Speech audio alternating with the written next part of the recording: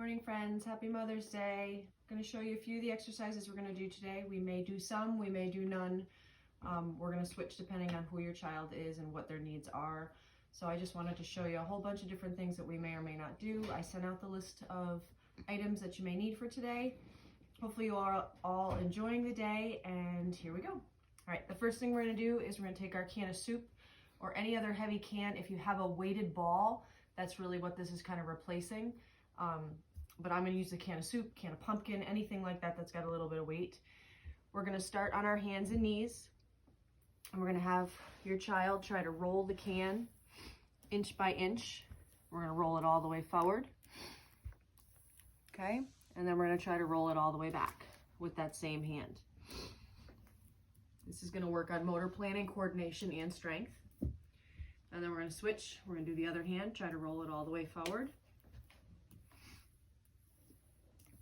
While moving that other hand, we want to try to stay on our hands and knees and not let them fall onto their tummies. Okay. The next one is we're going to use two hands together, and we're going to try to roll the can with both hands. It's a little bit trickier. And again, we want to try to make sure that the kids are staying on their knees and that they're putting their weight through their hands to put down on the can. We're going to go forward and backwards. Okay, that's number one. Here's one more activity we can do with that can. We're going to switch down onto our tummies, and we're going to try to push the can away and roll it away. Hopefully it'll come back. It's hard to push. Okay, we're going to try to push it away with two hands. Good, and get this game back and forth with the can. Try to roll it back and forth with your child. Good job. Oh. All right, our next activity is with cups, plastic cups, if you have them. I've got the red Solo cups. If you don't, if you have about 5 or 6 cups of anything that you can use at home, we're going to work on stacking the cups up. This is really good for motor planning and coordination again, as well as some eye-hand coordination. We're going to stack it up into a pyramid. Have the kids try to work on stacking and see if they can do it. The next thing we're going to work on is I have a ball. We're going to work on doing something upside down. So we're going to hit the vestibular system, which is our balance system, coordination as well as strengthening. So I'm going to have the kids standing away from the cups, and we're going to go upside down and try to roll the ball through your legs to knock over the cups.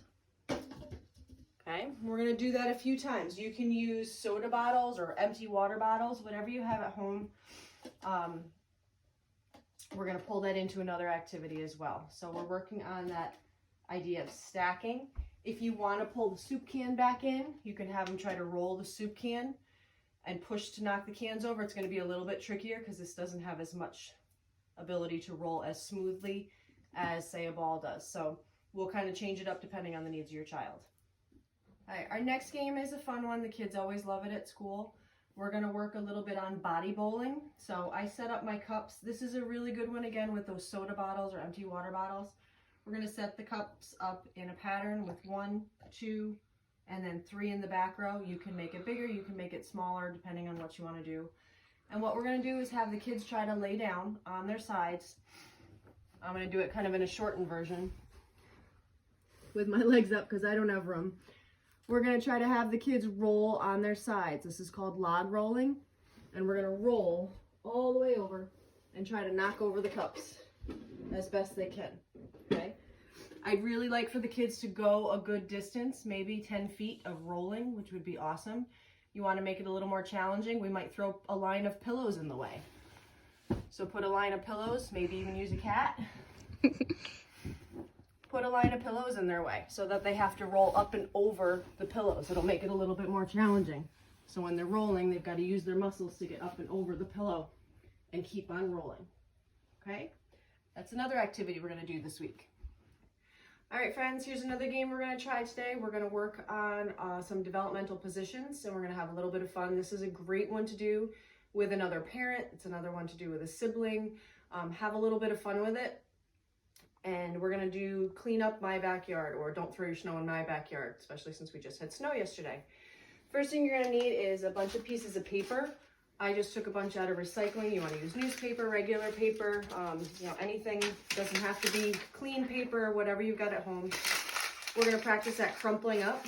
You're gonna want probably about 10 to 20 sheets of paper, I think, depending on how long we do this and maybe how many people are involved. And we're gonna just scrunch those papers up. This works a lot on bilateral coordination for the kids and hand strengthening, which is great. I took a pillow, bunch of pillows off the couch, threw them on the floor and made a little wall. We threw some blankets in as well. You can build it up as high as you want, have some fun with it. You can take your couch cushions. Those are really good if you can stand them up on end. That's even better.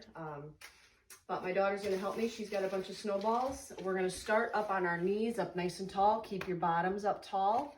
And we're gonna have a little snowball fight. And we're gonna throw it at each other.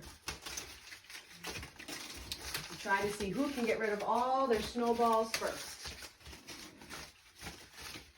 All right, if you have to move around, try to stay on your knees to get your snowball. You want to try to get throwing in here so that they're using their hands. Throw one snowball at a time. All right, nice job. And then we're going to switch on to our tummies. So collect your snowballs again. Try to even it out if you can. And we're going to switch down onto our tummies. This is a little bit harder for them. We're going to have to stay up nice and tall on our elbows, stay on your belly. And also, if you have to go get the snowballs, they have to stay on their tummy and crawl on their bellies. Are you ready? Sure. All right. Be in the home. Try to get all your snowballs off your side onto the other side. You can set a timer. You can do maybe 30 seconds in each position and go from there. This is great with siblings because they like throwing things at each other, and we're letting them do it. All right, nice job. All right, here's another really great activity for reflex integration, for upper extremity strengthening, and for upper back and neck strengthening for the kids. I just took my mop handle. You can take a broom, anything you have that has a long handle that you can grab onto would be great. I've got my daughter laying on a blanket. Her job is going to be to reach up and hold onto the handle. Keeping her head up nice and tall is what you want, so keep encouraging the kids to keep their head up and look at you. And your job is going to be just pulling them along the floor. Head up, head up, head up, head up, head up, head up, head up. Nice job. Go.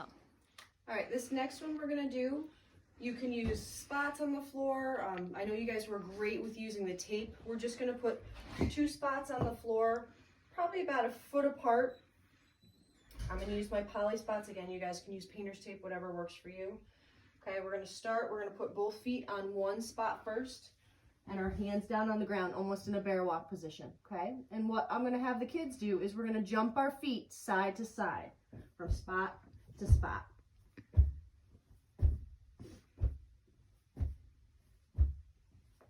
Okay, that's the first one we're gonna do. The next one we're gonna do is a little bit trickier. So some of my friends will not be able to do this. I'll let you know when we get to the activity in our sessions who's gonna do what. The next one we're gonna do is put our feet 1 foot on each spot. The kid's job is to crisscross their feet and switch. Almost like doing a jumping jack for your feet. Crisscross, crisscross, crisscross, crisscross. Okay, it's a little bit higher functioning skill, but it's a tricky one and really good for coordination. All right, and one of the other games we're gonna do, I know all my friends don't have stairs, since I saved this one for last, but I have a puzzle. It's got 10 pieces. I'm gonna show you quick with just a few. We're gonna take the pieces, put it down at the bottom, put the puzzle up at the top, or vice versa, doesn't matter. Even if you only have, I'm gonna use a part of my stairs, so it's 5 steps up, that's okay. If you have stairs outside, if the weather's decent on whatever day I'm working with you, we can always go outside and use steps into the house. Your cats can help if you need. So I'm gonna take this puzzle, put it up at the tippy top, okay? Our goal today with the kids on the stairs is to use no hands. The idea that we're really going for is no hands, walking up 1 foot on each step.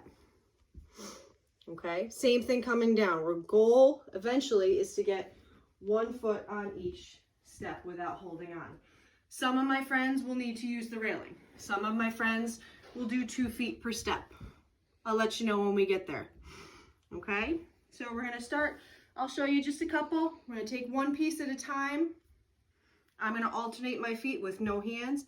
If you have to, you can put your hands on your head, on your shoulders, on your belly. You can give whatever cue might work for your child, and I'll help you figure that out when we get there. So we're gonna come on up, put in our puzzle piece, turn around, come on back down. Okay, grab another piece. We're gonna come on up, alternating our feet. Put in your puzzle piece at the top. If you can, when you get to the top, if you have a landing, you can have the child squat. They can squat to put the puzzle piece in the puzzle like this, which is ideal, really what I try to do while we're at therapy at the school. And there's another way we can change this up. We're going up forward. Put that piece in. And if your child is able, we can always work on going backwards. Okay, it just changes the activity a little bit and makes it a little bit trickier. That's it for this week. I'll see you guys all on Monday, Tuesday, Wednesday, or Thursday. Have a great day. Bye.